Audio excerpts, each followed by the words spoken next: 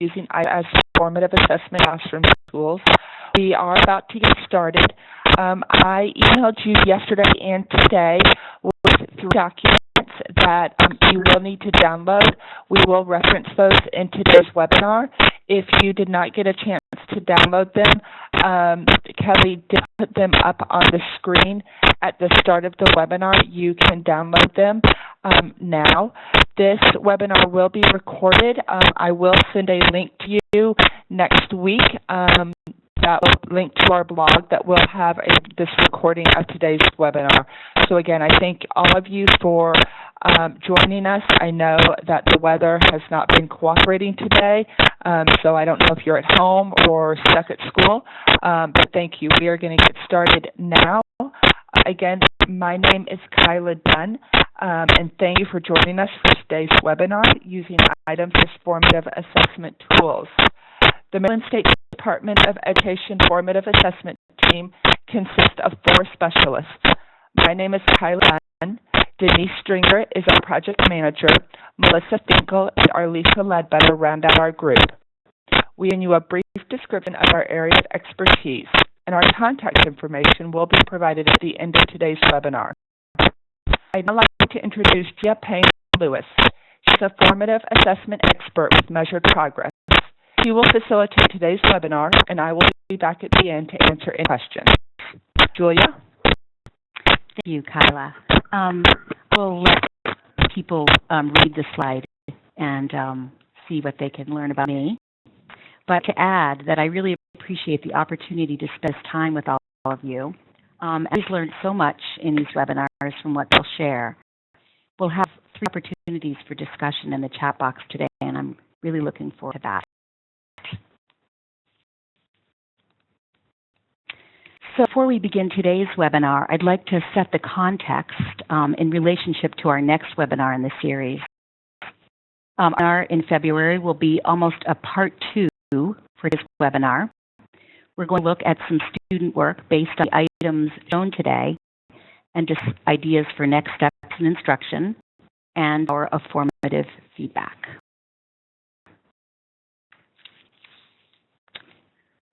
Review of what we're going to be talking about today. And while I don't typically think of assessment items and formative assessment as going hand in hand, there are some strategies within assessment for learning that support the use of items as a way to collect real evidence of student learning. We're going to focus on the formative use of the items in the item bank. I chose 2 specific times during lessons where I've seen items used more often in classrooms, at the beginning and at the end of instruction, student instruction as well. That we would all agree that using items is only one way to check in with students. And typically, the teachers I've worked with are constantly checking for understanding through observation and questioning at many different points in a lesson.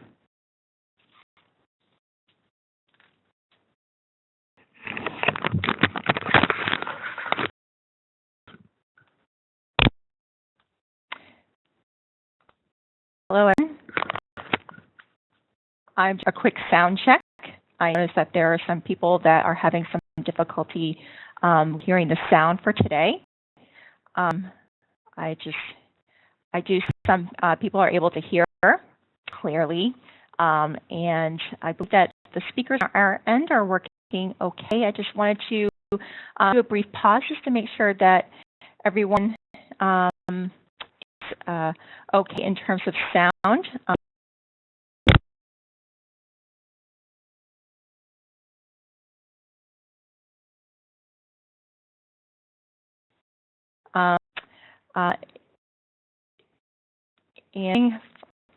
And some people, most people are able to hear properly.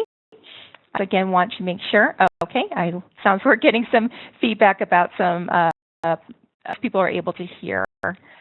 So everything's good. So we're going to go ahead, and I'm going to pass it back again to Julia, and she's going to continue. Thank you very much. So in keeping with context setting, this next graphic is a reminder that assessment has more than one purpose. It can either be assessment of learning or assessment for learning. And today we're focusing on the instructional piece for learning. Here are the learning goals that we'll be covering in today's webinar. I want it to read through these, and I'd like you to think about how they relate to your current understanding of how you might use items as formative tools.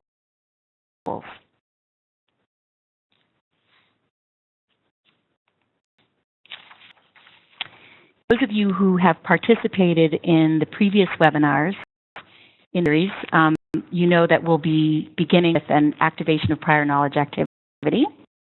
And formative strategy, activating prior knowledge, helps students to think about their current understanding and allow teachers to evaluate where students are within a progression of learning.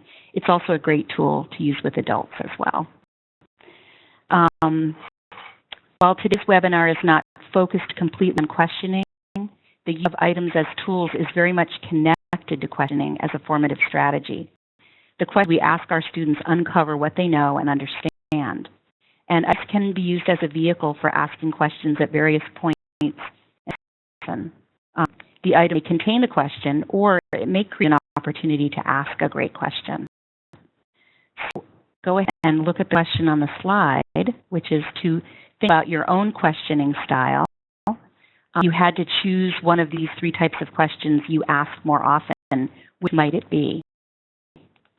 And then respond in the chat box. And if they say why, or anything else, that would be great. The other thing is that if, as you're responding in the chat box, you can let us know if you would like to learn more about one of these question types that may be unfamiliar.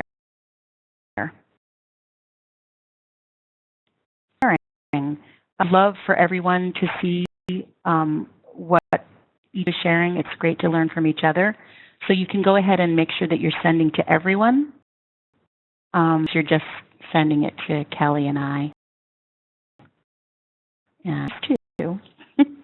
We'd love to hear.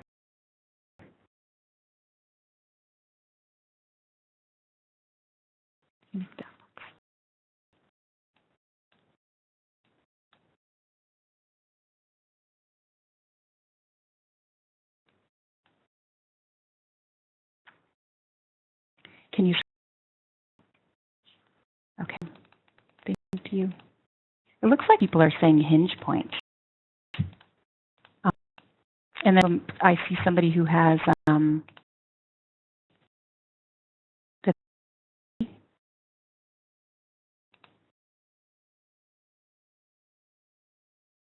little bit more explanation. Thank you.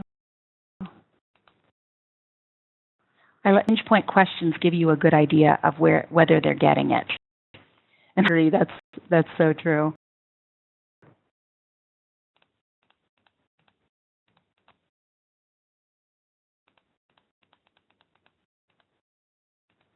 Somebody who said something about using exit questions. Where is that? Kelly.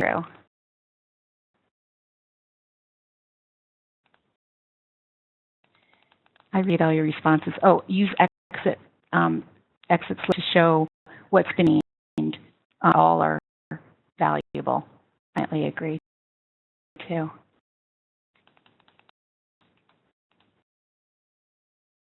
Thank you, all of you. Can really be specifically chosen from the bank to be used as tools at any point in the lesson. And how to do that can sometimes be tricky. So we're going to move forward and see how the purposes of today's discussion, I wanted to just quickly review the item types that are available to teachers for ELA and for math. On the handouts for this webinar, you have a set of items that include student work, and the handout has individual examples of different item types beyond what's on the screen right now.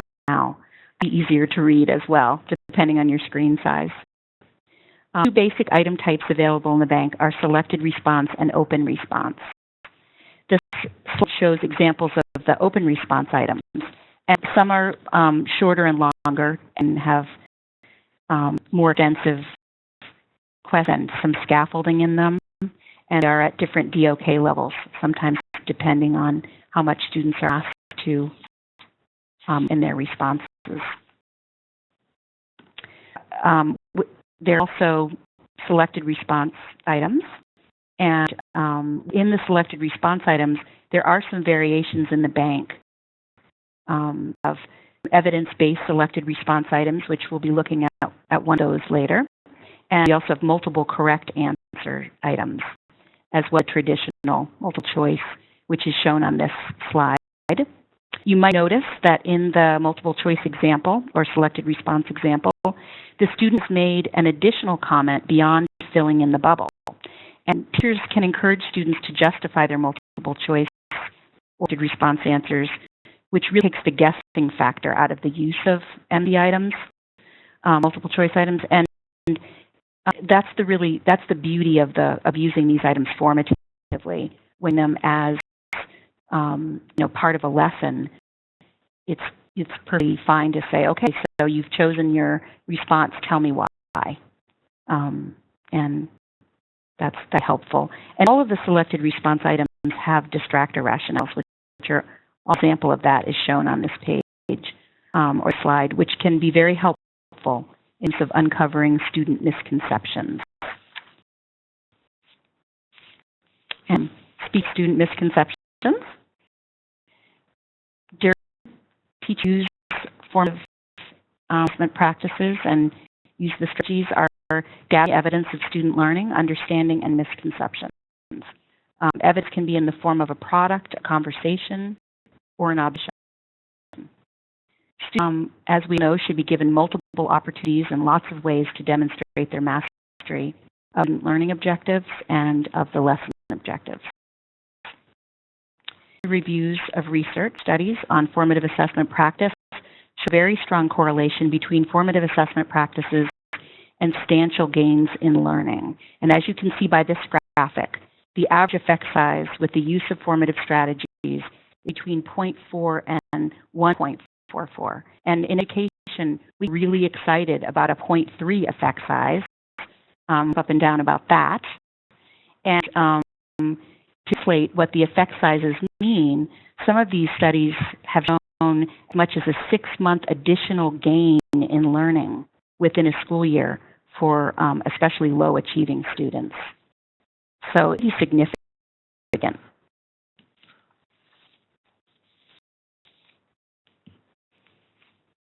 The include formative strategies really to begin with planning. While it's the planning stage of their lessons, it's really important to anticipate what kinds of student evidence really will be needed in order to make future instructional decisions, as where students are, if kind of evidence really shows mastery, for example. And this will determine how the student evidence will be recorded or collected.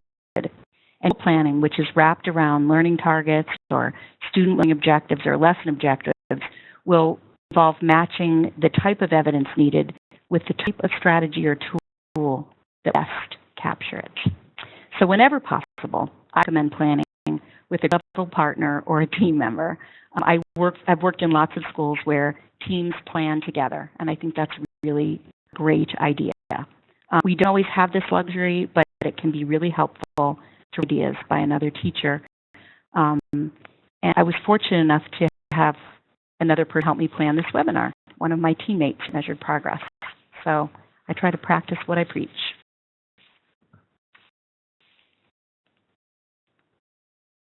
This is an example of what teachers may be thinking about as they begin the planning process. And you can see the different components that are on this template.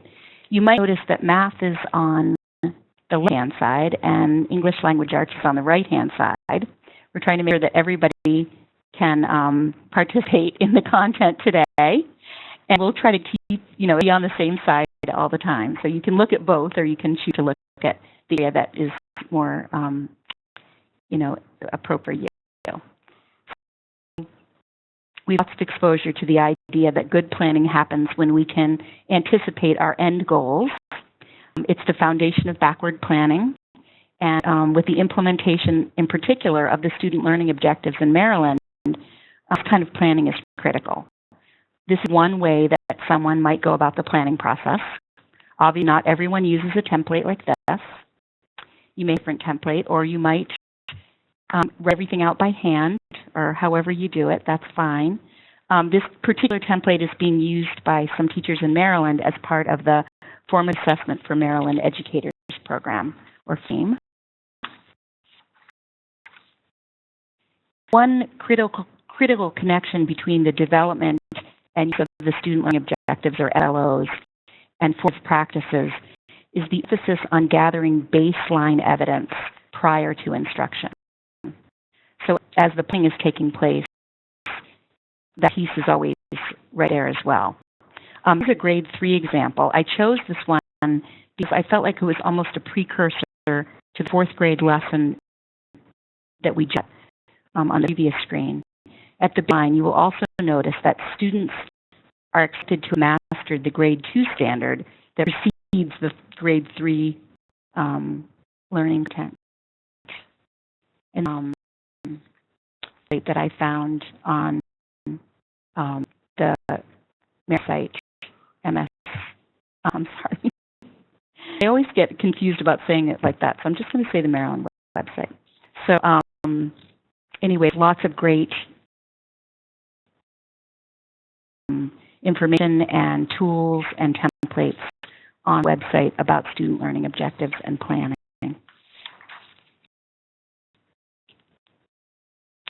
Objectives are clearly defined. It's time to think about how to measure progress in relationship to them. And planning strategies to elicit solid evidence was definitely a talent that I had to develop over time. It's a great deal of time and thoughtfulness in the beginning, especially when people are dealing with standards or new material implemented. Just a couple of ideas for evidence collection. We're going to talk about some more as well, but I'm sure you could probably all come up with lots of other ways that you might collect evidence in your rooms and in the classrooms where you spend time. And thinking back to the 3 types of questions that we went over in activation of prior knowledge activity at the start of the webinar, you can see some examples of range finding, hinge point, and exit questions to be asked. Professional development, grounded in formative strategies. I've had many teachers tell me that formulating questions before instruction was really worth the time. Doing that up front really made a difference for people. And when I first started teaching, that wasn't something that I necessarily did. Often would ask questions based on what was happening in the classroom in the moment, which I think is great as well. But having those questions that you know you really want to get in can make a big difference in how the lesson proceeds. Those of you who were at the first webinar or at the conference, you've seen this graphic before. Basically just a visual designed to give people an idea of what this might look like in a graphic model. You don't have the luxury of hour-long blocks, but it's easier to create this graphic to stick with 60 minutes. But if you can kind of imagine, you'd have to truncate probably some of that guided practice time or move things around. Things can be chosen from the bank to be used as tools to help teachers determine student prior knowledge. That's kind of the red arrows in this particular graphic. Or they'd be used to determine current understanding before beginning a lesson. And teachers with a better idea of where students are starting from. I just want to remind people that items can be used at any point in a lesson. We're just talking about these 2 specific times today.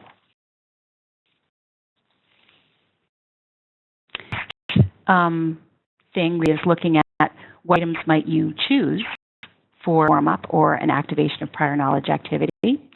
And then the map is on the left side and ELA is on the right. And The fraction lesson warm-up example is directly from the Measured Progress Bank of Items that all the Maryland teachers have access to. The ELA warm-up, one that I wrote specifically for the citing text evidence lesson that we looked at previously.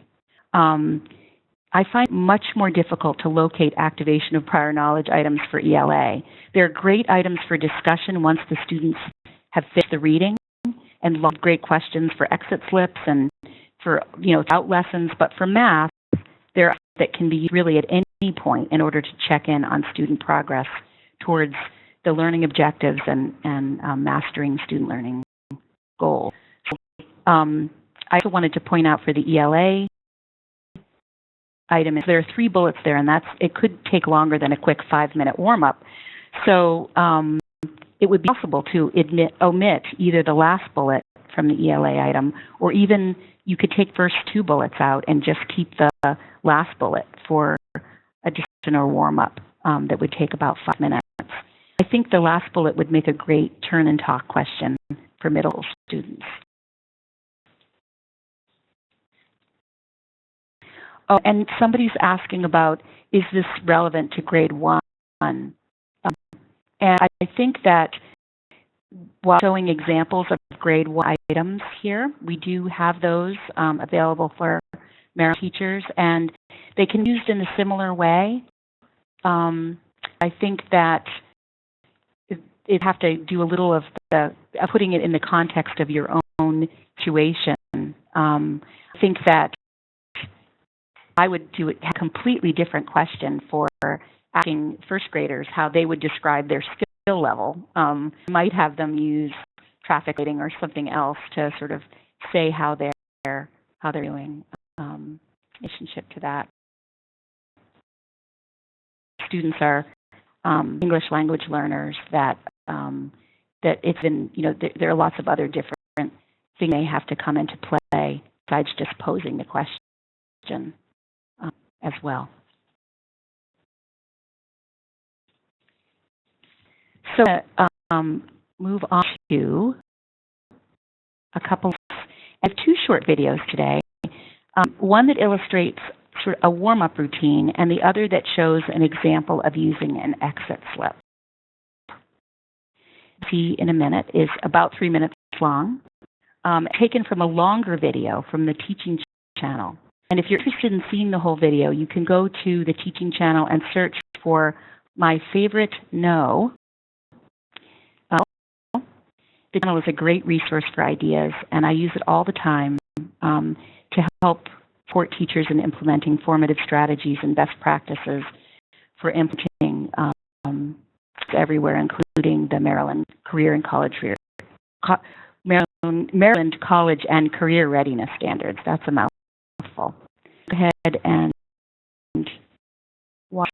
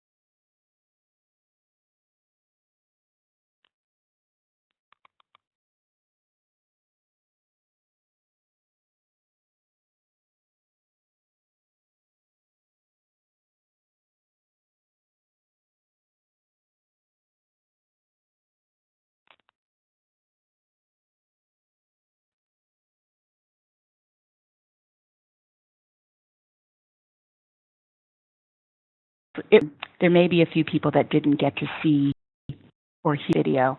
It's very much worth watch if you can, and it's available on the teaching channel. We also have it posted on the Formative Assessment website as well, which Kyla is going to talk at the end about how you can access items and other materials as well. So stay tuned for that. So the video that we judged showed an example of how one teacher begins her class with a warm-up routine. And now that most of us have seen and heard the video, I'd love you to add any thoughts in the chat box about ways in which the classroom strategy might work for you, or other strategies that you might use at the start of a lesson. Those of you who were not able to hear or see the video, that would be great if you add in things that you do to use items for warm-ups in your classroom. So we'll take a minute to have you go right in the chat box. Might you use items from the bank to kind of activity, or other kinds of things that you might use for or activation of prior knowledge.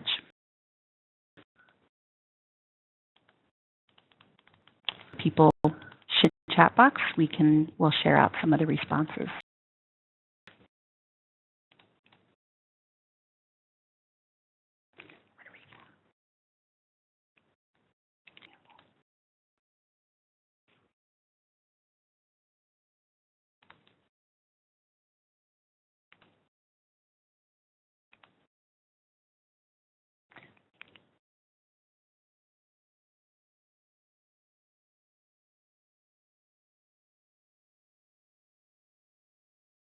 Really great responses. Thank you.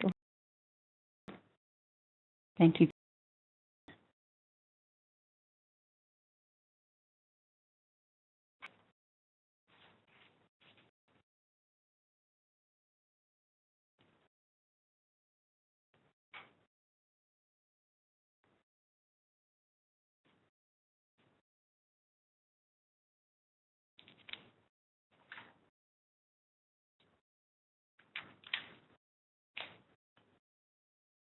The comment, it cultivates a risk-free environment where students won't be afraid to share their ideas and solutions. And I think that's so critical to give kids that sense of safety, to really what they know.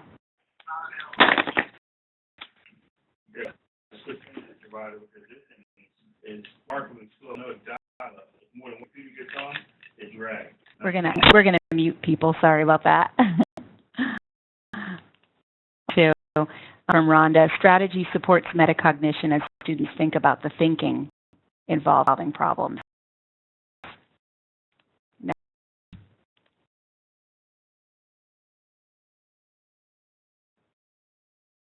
I was thinking about this in this particular activity is, in this case,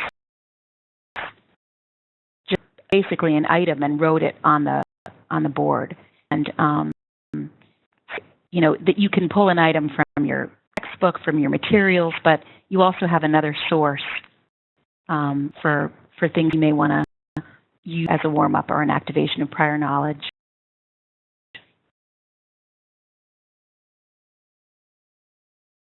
Great way to aid instruction. I totally agree. These are great comments, which we'll be collecting for sure, just because I like to look back, and that helps me plan for the next webinar as well. Great. Great students respond to inquiries and exchange answers to give feedback. Those are effective.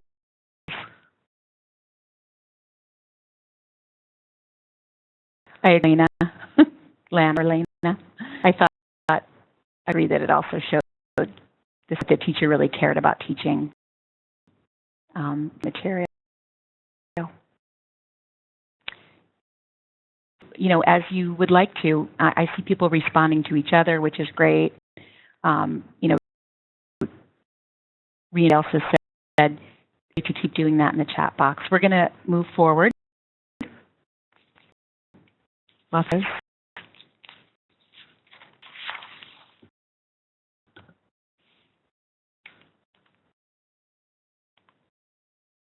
So we've talked about the warm-up piece, and now we're going to look at the end of the lesson, 5 minutes. Items are used at the end of a lesson or before students transition to the next subject. They're referred to as exit tickets or exit slips. I've had a few teachers that have called them the ticket to leave as well. An exit ticket is a great way to get real-time information about instruction and learning that's just taken place. I'm going to just say also that with that being said, if the student is struggling with the content 5 minutes into a lesson, we would not want to wait until giving an exit slip to know this. I think that's pretty much, we could agree. Exit is just a way to take something that's concrete from the lesson for further evaluation and planning. Using an item where students have to show their work can provide insight into misconceptions. And so the exit slip, as it's called, or exit ticket, is typically a paper and pencil kind of tool. Or, I've seen a lot of exit tickets for younger students using the traffic lighting where students might use a sticker on chart that sort of shows where they are. And that's a whole class exit ticket in that case.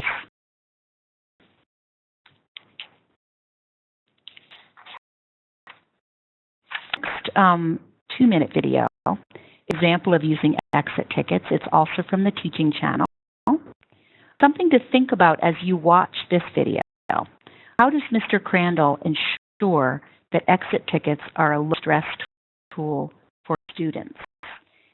And before we start the video, I noticed that I think that people that were having difficulty seeing or hearing the video, it may be because it doesn't work as well on a mobile device. Just a possibility. But again, this one can be seen on the teaching channel. And it's a quick one, just a 2-minute video.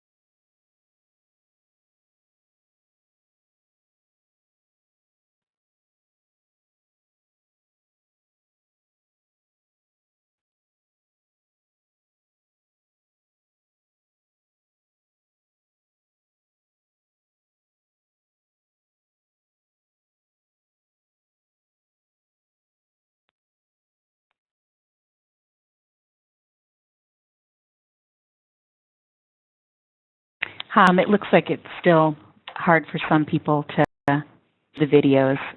That's always one of the issues about using videos in webinars, is that they're like never the most perfect situation. And so I apologize for that. I definitely think this one's worth seeing out and taking a look at, though.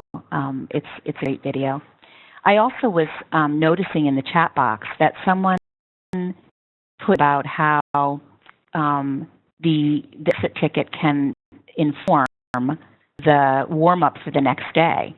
So, for example, if you gave an exit ticket, it may be how you decide what the problem will be for the favorite no, or the area kids were struggling with passage or with some reading that they're doing.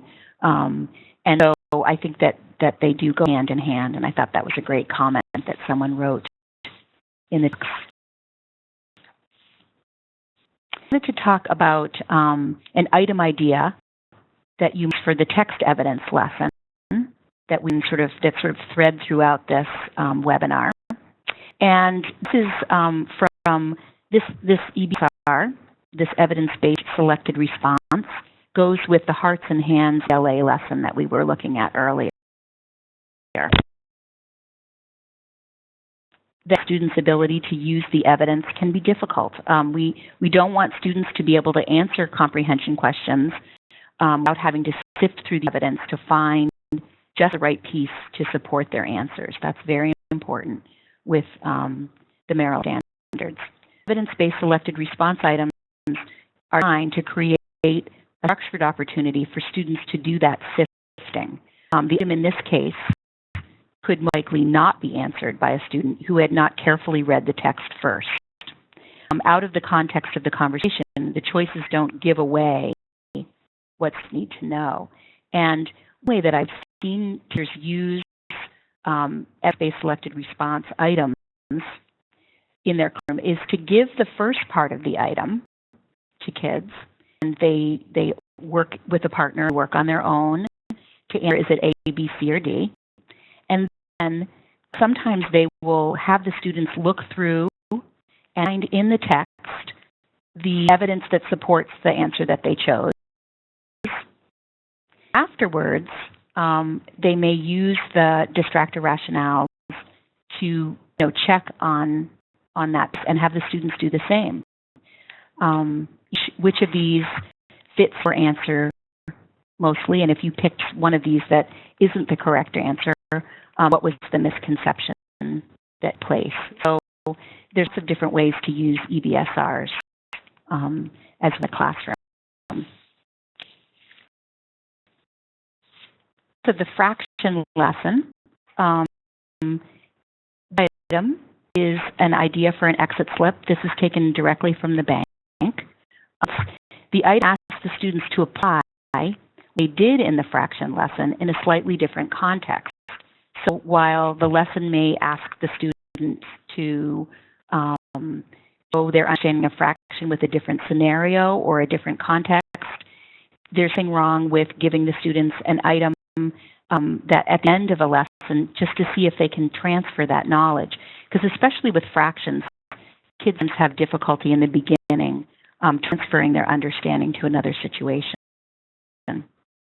Teachers some insight into whether students understood the concepts from the lesson on a deeper level and could provide guide for next steps in instruction. A little bit then a full constructed response item. This is what we call a short answer response item, and basically a shorter open.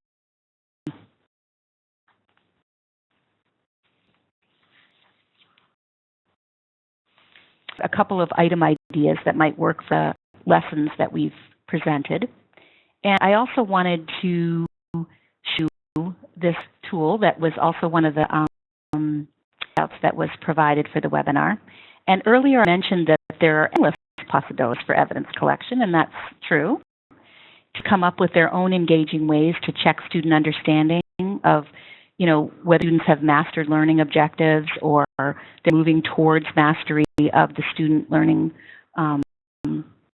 objectives that are even for the end of the year. This tool is one of the handouts that was sent out prior to the webinar, and also Kelly showed people, I think, in the beginning how to find these. Teacher who designed this template would be quick to me and anybody. He's a really big formative assessment guy. That is not the critical element. It's really what teachers do with the information that's collected. Maybe an engaging way to get students to provide the information, but it's really about do with the evidence. Both of the videos we watched, the teacher had unique ways of gathering data about student learning that they sort of designed themselves, adjust instruction, and really applaud all people that send me things and say, here, see if you like this idea. I think this is a great one. So the 3-fact fold chart is just another method for gathering data in support of student learning. I'd like to explain a little bit about how this works. The students are asked to write 3 facts or ideas from the lesson, then they fold the paper down to the dotted line. And they pass their paper, the first child passes their response to the peer, and the other student then records their responses so that once the paper is unfolded, can compare their responses. And it's a great activity to gather the information for the teacher, but it's also great in promoting student self-assessment. You know, what I know, what do I remember? What did my peer remember? What did my peer know? And it's a great peer-to-peer learning activity to do.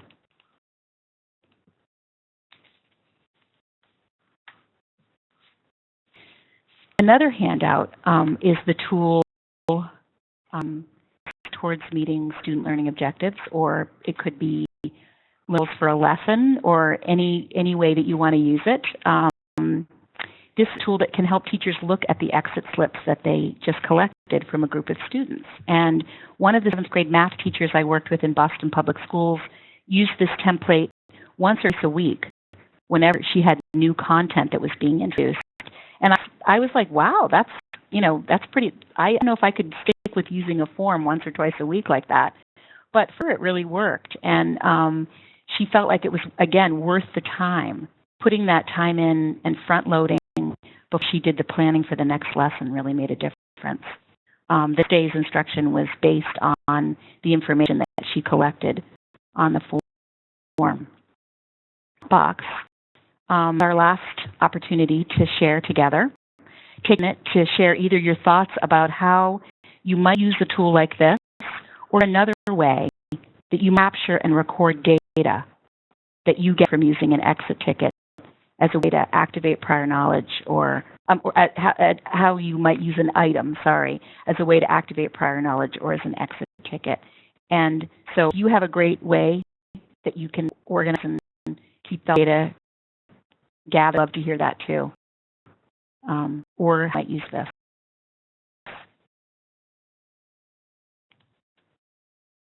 We'll take a share.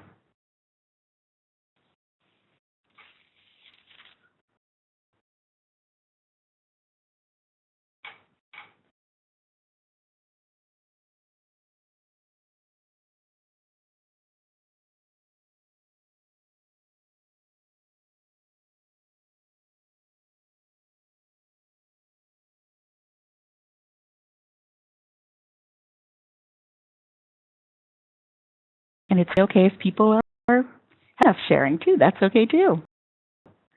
I know it takes people thinking time during these webinars, but I know it's important.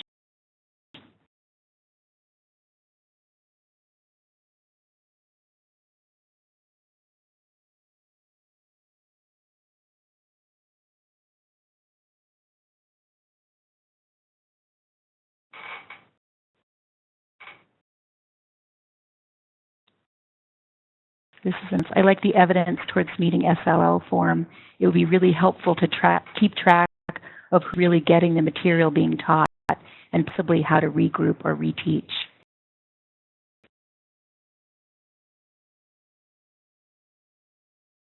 Too, that the fact fold flip is a quieter means of turn and talk, which would be then shared from table to table. I like that idea a lot.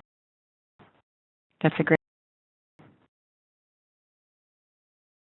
I might in another cost and remind people that's a great way to use that. I haven't thought of it that way.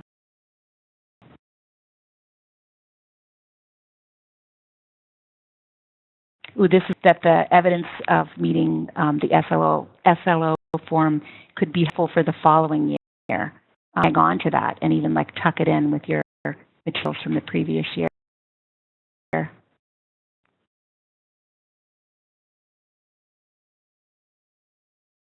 Checklist of specific learning goals could be added to the template for future planning.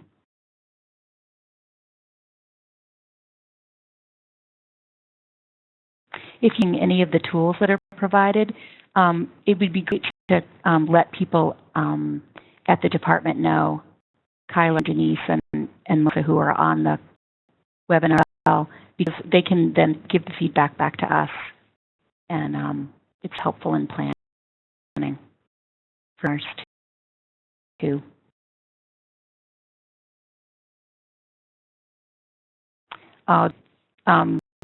It seems like kids might be getting it. However, when they are left to try independently, they often can't recall a step or two. And that works really well for the exit slip piece. Because that's so true. I'll be with kids and seeing them zoom ahead on something, and then when the problem is then put in front of them at the end of the class time, they're like, oh, wait a minute. How do I do that? Great so much. A pre-participation. At the beginning, I learned lots and lots. So you can keep, we're going to move forward. You may recognize this if you were in the previous webinar with us. This is a repeat graphic. I think it fits really well with what we're discussing today also. An assessment item can help learning if it provides information to be used as an avenue for feedback by teachers, by students, in themselves and each other. And the other benefits include the ability to differentiate instruction for students and modify teaching and learning.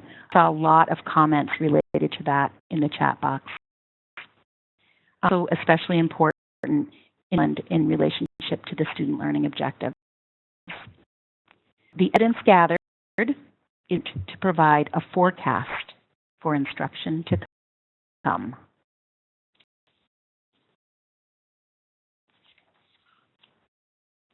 With a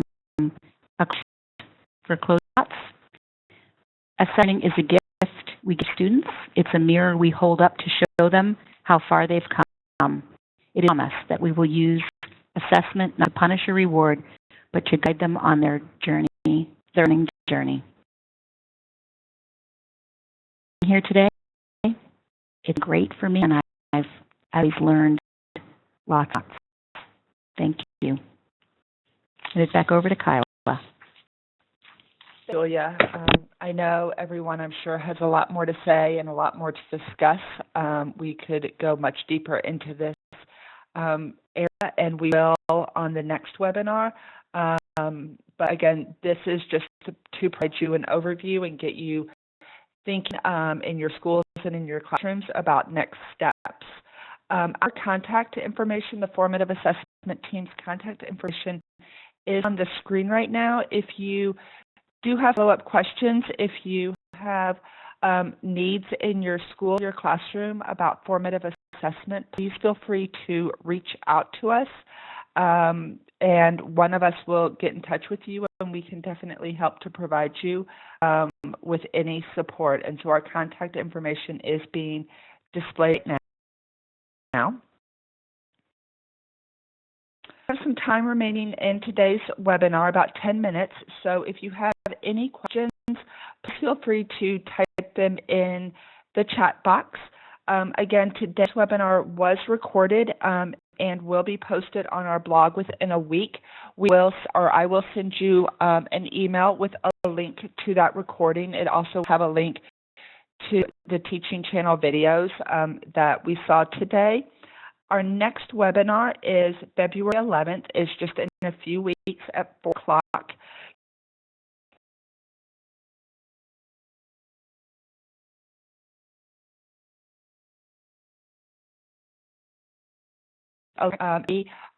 We always want to hear feedback and want to get comments to make future webinars better. So sometime tomorrow or Friday, you will receive a survey as to today's webinar, and if there's anything that we can do to make February's webinar better for you and to meet your needs. So please take a few minutes to fill that out when you get it. We would really appreciate it. And so I'm going to turn it back over to Julia to briefly review topics for February 11th webinar. But again, if you have any questions about formative assessment or today's webinar, please put in the chat box and we will definitely try to answer them today, or I will get them to you in an email in the next few days. Thank you. Yeah. I'm going to share a little bit before we end about our next webinar, focused on gathering evidence of student understanding today. And during our next webinar on February 11th, we're going to look at what happens once we have the evidence. That's one of the things I hear from teachers most often. So I've collected the evidence, now what? Descriptive feedback as a tool for learning will be the main topic for February. Some ideas for addressing gaps in student understanding. Back to the slide with the connection between student growth and the use of formative strategies. And think back to that one with all the bars on it and the effect size. Feedback ranks number one of all of those strategies that we're looking at, and most effective way to increase student learning. It will be very time-consuming and overwhelming to teachers, and we will discuss how to make feedback practical and sustainable in the classroom. That's our focus. Kyla, I'm not sure whether people will have access to the slides.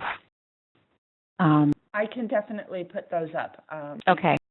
We can that. They'll be on the blog. So when I send you the link next week, you'll have the PowerPoint, you'll have a recording of today's webinar, as well as the handouts that were emailed to you or available at the beginning of today's webinar.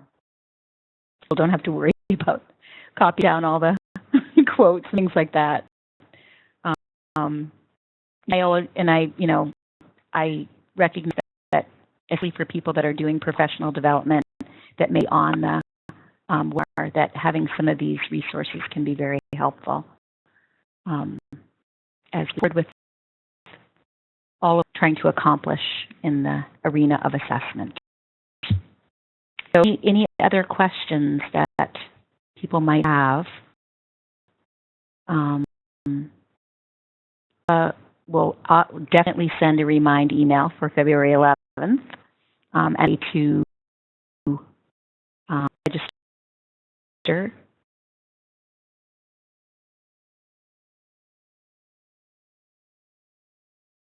Yes, so there's a question of will we get a reminder email for the February 11th date.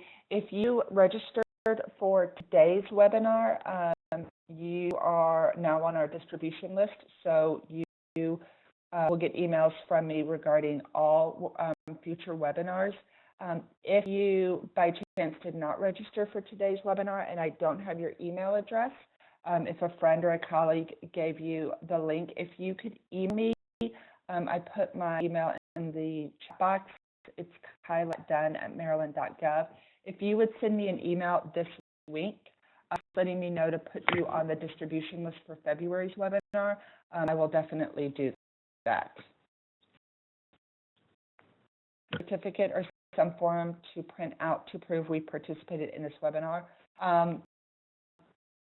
We don't specific. If you need something for a principal or something like that, if you'll send me an email this week, Carrie, and anyone else, I'm happy to send whoever an email that states that you did participate in the webinar.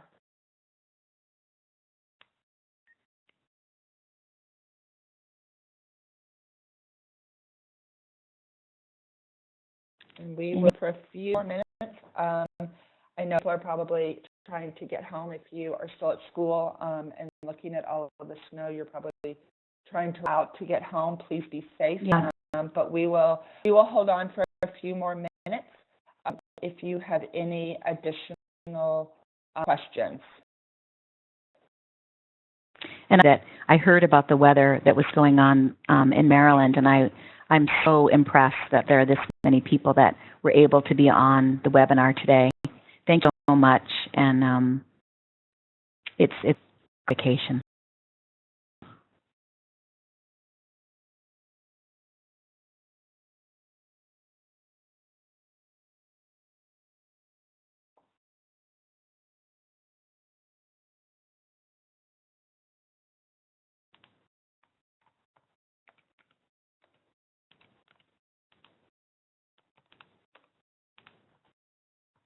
About how to access the measured progress information, and Kyle can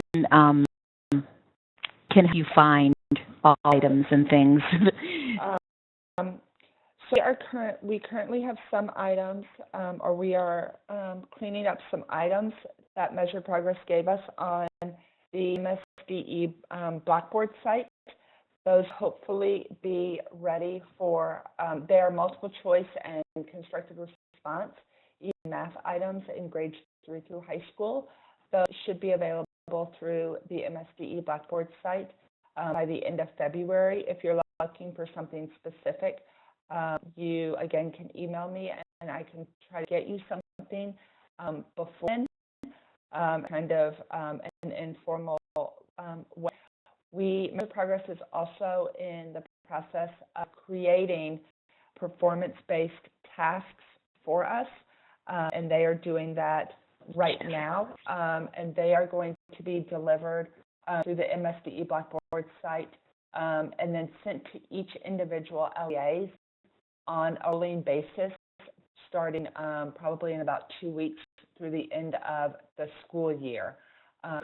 So everything will always be available on MSDE Blackboard, but you could also check with your individual school districts because all these items will be available on whatever assessment system you currently use within your district. We will continue to have some webinars where we can use specifically where items will be located on MSDE Blackboard. Unfortunately, it won't make much sense to you right now because the items aren't available. And if you try to do a search, you get an error. They will be available, and I would say to keep checking back with me. Definitely check in with your districts because they also are receiving all of these items as well.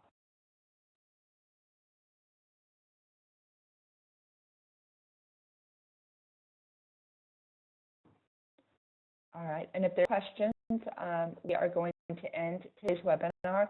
Thank you again for participating. Thank you for registering, and please keep a lookout for the survey this week, the link to our blog with the recording and all the resources next week, and then a third email from me next week for registration for the February 11th webinar. So again, you see a few emails from me over the course of the next week. In your evening, thank you again, and have a good night.